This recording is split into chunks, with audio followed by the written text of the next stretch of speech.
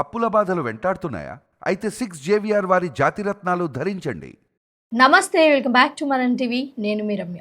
ఆంధ్రప్రదేశ్లో సంచలనం రేపిన అభినయ్ దర్శన్ కేసులో కీలక పరిణామం చోటు చేసుకుంది. అభినయ్ దర్శన్ను పాడేరు పోలీసులు అరెస్టు చేశారు.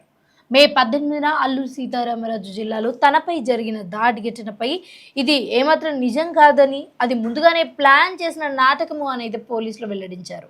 ఇక పాడేరు ఎస్పీ అమిత్ బార్బర్ మాట్లాడుతూ మీడియాతో అభినయ్ దర్శన్, కిరణ్ జార్జ్ మరియు మరికొందరు కలిసి ఈ దాడి డ్రామాను ప్లాన్ చేసినట్లుగా చెప్పారు.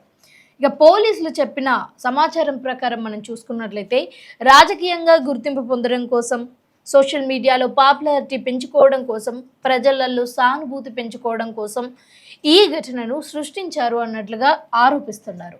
అయితే దాడి జరిగినట్లుగా చూపించడానికి స్థానికులకు డబ్బులు ఇచ్చి మరీ తీసుకున్నట్లుగా కూడా ఇక్కడ పోలీసులు చెప్తున్నారు. అయితే ఘటనను వీడియోను చిత్రీకరించి తర్వాత సోషల్ మీడియాలో ఎలా వైరల్ చేయాలి అన్న దాని గురించి కూడా వారు చర్చించుకున్నట్లుగా ఇక్కడ ఆడియోలు కూడా లీక్ అయ్యాయి. అయితే ఈ కేసులో ప్రస్తుతం ఆడియో లీక్స్ కూడా పెద్ద చర్చనీయాంశంగా మారుతున్నాయి. సోషల్ మీడియాలో వైరల్ అవుతున్న కొన్ని ఆడియోలలో ఘటనలను చూస్తున్నట్లయితే అసలు దాన్ని ఎలా ప్లాన్ చేశారు, వీడియోలను ఎలా ప్రచారం చేయాలి అనే విషయంపై మాట్లాడుతున్నట్టుగా వినిపిస్తోంది. అయితే ఇక్కడ ఆ ఆడియోలపై పోలీసులు ఇంకా అధికారికంగా పూర్తి వివరాలు అయితే వెల్లడించలేదు. కానీ ఈ విచారణలో అభినయ్ దర్శన్కు సంబంధించిన పాత కేసులు కూడా ఇప్పుడు బయటికి వస్తున్నట్లుగా సమాచారం.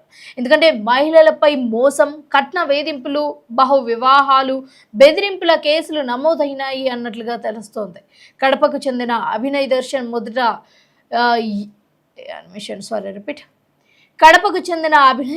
మొదట యానిమేషన్ ఇంజనీరింగ్ చదివి తర్వాత పాస్టర్గా మారినట్లుగా సమాచారం. ఆంధ్రప్రదేశ్ తెలంగాణలో మత ప్రచార కార్యక్రమాలు నిర్వహించేవారు అని చెప్తూ ఉంటారు.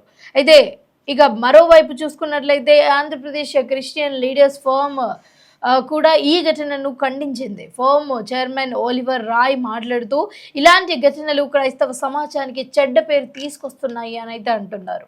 అయితే అభినయ్ దర్శన్ పై కఠిన చర్యలు తీసుకోవాలి అని కూడా ఇక్కడ డిమాండ్లు వినిపిస్తున్నాయి. ప్రస్తుతం ఈ కేసుపై పోలీసులు మరింత లోతుగా దర్యాప్తు చేపడుతున్నారు. ఇక ఆడియో లీక్స్, డబ్బుల లావాదేవీలు, సోషల్ మీడియాలో ప్రచారం వెనుక ఇంకా ఎవరెవరు ఉన్నారు అనే కోణంలో విచారణ కొనసాగుతుంది. ఇప్పటికైతే ఈ కేసు రాష్ట్ర వ్యాప్తంగా హాట్ టాపిక్ గా మారింది. బట్ ఈ కేసులో ఇంకొంచెం ఇండెప్త్ గా మనం చూసుకున్నట్లయితే అసలు స్టార్టింగ్ నుంచి చూస్తే అభినయ్ దర్శన్ ఏదైతే వీడియో పెట్టాడో ఆ వీడియో సోషల్ మీడియాలో తనపై జరిగిన దాడి గురించి ఆ వీడియోకి ముందే అంటే తన ఛానల్లోని చాలా క్లియర్గా ఉంటుంది.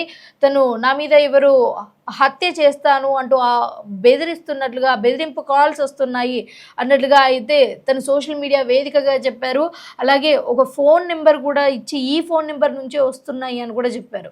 అయితే దానికి సంబంధించిన ఆడియో లీక్స్లో కూడా చాలా క్లియర్గా నిన్ను చంపేశాను అభినయ్ దర్శన్, నువ్వు ఇక్కడి నుంచి వెంటనే వెళ్ళిపోవాలి అని కూడా అంటూ వినిపించారు. అయితే దీనికి సంబంధించి పోలీసుల వివరాల ప్రకారం, అంటే పోలీసులు విచారిస్తున్న దాని ప్రకారం అయితే ఈ ఆడియో కాల్స్ బయట పెట్టినప్పుడు, ఫోన్ నెంబర్ కూడా బయటకి చెప్పినప్పుడు, అలాంటప్పుడు దీనికి సంబంధించిన డీటెయిల్స్ అన్నీ కూడా ఎందుకు అసలు పోలీసులకు ఎందుకు ఇవ్వలేదు, ఎందుకు క్వశ్చన్ చేయలేదు, లేకపోతే నాకు బెదిరింపు కాల్స్ వస్తున్నాయి అని ఎందుకు కేసు నమోదు చేయలేదు అని అయితే ప్రశ్నలు లేపడుతున్నాయి. అండ్ ముందుగానే అసలు ఈ వీడియో ఏదైతే ఉందో సోషల్ మీడియాలో వైరల్ అవుతుంది, అభినయ్ దర్శన్ మీద దాడి చేశారు అంటే ఫేక్ దాడి అయినప్పటికీ కూడా దీని మీద స్టార్టింగ్ నుంచి అందరికీ కూడా అనుమానాలు రేకెత్తాయి. సో నార్మల్గా ప్రజలందరికీ అనుమానాలు వచ్చినప్పుడు తెల్లారి నుంచి నైట్ పడుకునేదాకా ఇలాంటి కేసులు ఎన్నో వాళ్ళ లైఫ్లో చూస్తూ ఉంటారు. సో ఆ వీడియో చూడగానే పోలీసులకు కూడా అలాగే అనుమానం వచ్చింది. అనుమానం వచ్చిన విధంగానే విచారణ చేపట్టినప్పుడు దానికి సంబంధించిన ఆడియో కాల్స్ అన్నీ కూడా లీక్ అయ్యాయి. అంటే ఆడియో కాల్స్ అంటే ముఖ్యంగా ఎవరైతే దాడి చేశారో, దాడి చేపించారో వాళ్ళ నుంచి వాళ్ళ వైఫ్కి అయితే ఆడియో కాల్స్ వెళ్ళడం జరిగింది. దాన్ని అలాగే ఎలా ప్లాన్ చేయాలి ఏంటి అన్నది కూడా ఆ వీడియోలో, ఆ ఆడియోలో చాలా క్లియర్గా అయితే వాళ్ళు మాట్లాడుకున్నారు. ఇక రెండో అంశం చూసుకున్నట్లయితే ఆ పార్ట్ 2లో ముఖ్యంగా అసలు రాజకీయ పార్టీని ఎలా ఎదిగేలా చేసుకోవాలి, ఈ 4 సంవత్సరాలలో నేను 50 లక్షలు పెడతానంటూ, అలాగే ఇంకా ఓట్ల విషయానికి వచ్చేసరికి వీళ్ళకి మందుకి, బిర్యానీకి, మనం ఓట్లు కొనుక్కోవడానికి ఇదంతా కూడా డబ్బులు జమ చేయాలి అన్నట్లుగా వేరే వాళ్ళతో మాట్లాడుతున్నట్లుగా అయితే ఇక్కడ కనిపిస్తుంది. అండ్ ఒకసారి ఆ ఆడియోని చాలా క్లియర్గా ఒకసారి ఏమైనా అబ్జర్వ్ చేసినట్లయితే వేరే ఇన్వెస్టర్లతో మాట్లాడే ప్రయత్నం అయితే చేస్తున్నాడు అన్నట్లుగా తెలుస్తుంది.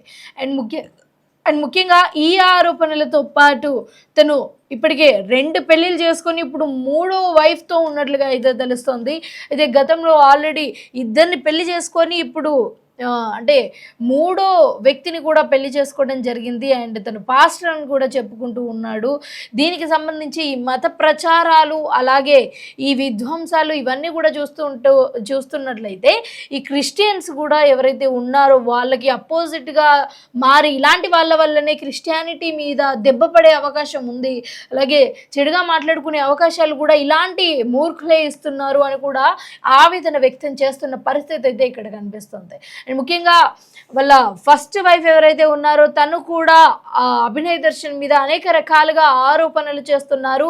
ఈ ఆరోపణలతో భాగంగా ఇంకా మనం ఇంకొకటి సోషల్ మీడియాలో వైరల్ అవుతున్న అంశం ఏంటి అంటే అంతకుముందే అభినయ్ దర్శన్కి ఆల్రెడీ అంటే హెయిర్ అంతా పోయింది. ఇప్పుడు పెట్టుకున్న హెయిర్ ఏదైతే ఉందో దాన్ని విగ్ అని కూడా సోషల్ మీడియాలో ఎక్కువగా కూడా విమర్శిస్తున్నారు. అయితే సోషల్ మీడియా ప్రకారంగా చూసుకున్నట్లయితే ప్రజలు అడిగే క్వశ్చన్ ఏంటి అంటే హెయిర్ అనేది ఉంటుంది, పోతుంది. సో దానికి విగ్గులు పెట్టుకొని అమ్మాయిలను ట్రాప్ చేసి అమ్మాయిలకు బెదిరించాల్సిన అవసరం ఏముంది అని అడుగుతున్నారు. అండ్ దీంతో పాటు ఇంతకు ముందు కూడా అభినయ్ దర్శన్ చూసుకున్నట్లయితే గతంగా ఒక 2 సినిమాలు చేశానని, సో యాక్టర్ అయ్యి ఇప్పుడు పాస్టర్ అయ్యానని, సో దానికి కారణం ఏంటి అన్నది మనం చూసుకున్నట్లయితే ఈ సినిమాలు ఆల్రెడీ ఎప్పుడో చేశాను అని చెప్పారు. సో 2 సినిమాలు, ఒకటి ఫిదా, అంటే ఆ ఫిదా ఈ వరుణ్ తెచ్చి చేసిన ఫిదా కాదు, అది వేరే ఫిదా. సో దాని తర్వాత ఇంకేదో సంథింగ్ మూవీ చేశారు. మొత్తానికైతే 2 మూవీలు చేశారు. 2 మూవీస్ చేసిన తర్వాత ఈ ప్రవీణ్ పాస్టర్ ఎప్పుడైతే చనిపోయారో సో ఆ సంఘటనలో ఇతను మాట్లాడుతూ అక్కడ పాపులారిటీ సంపాదించుకున్నాడు.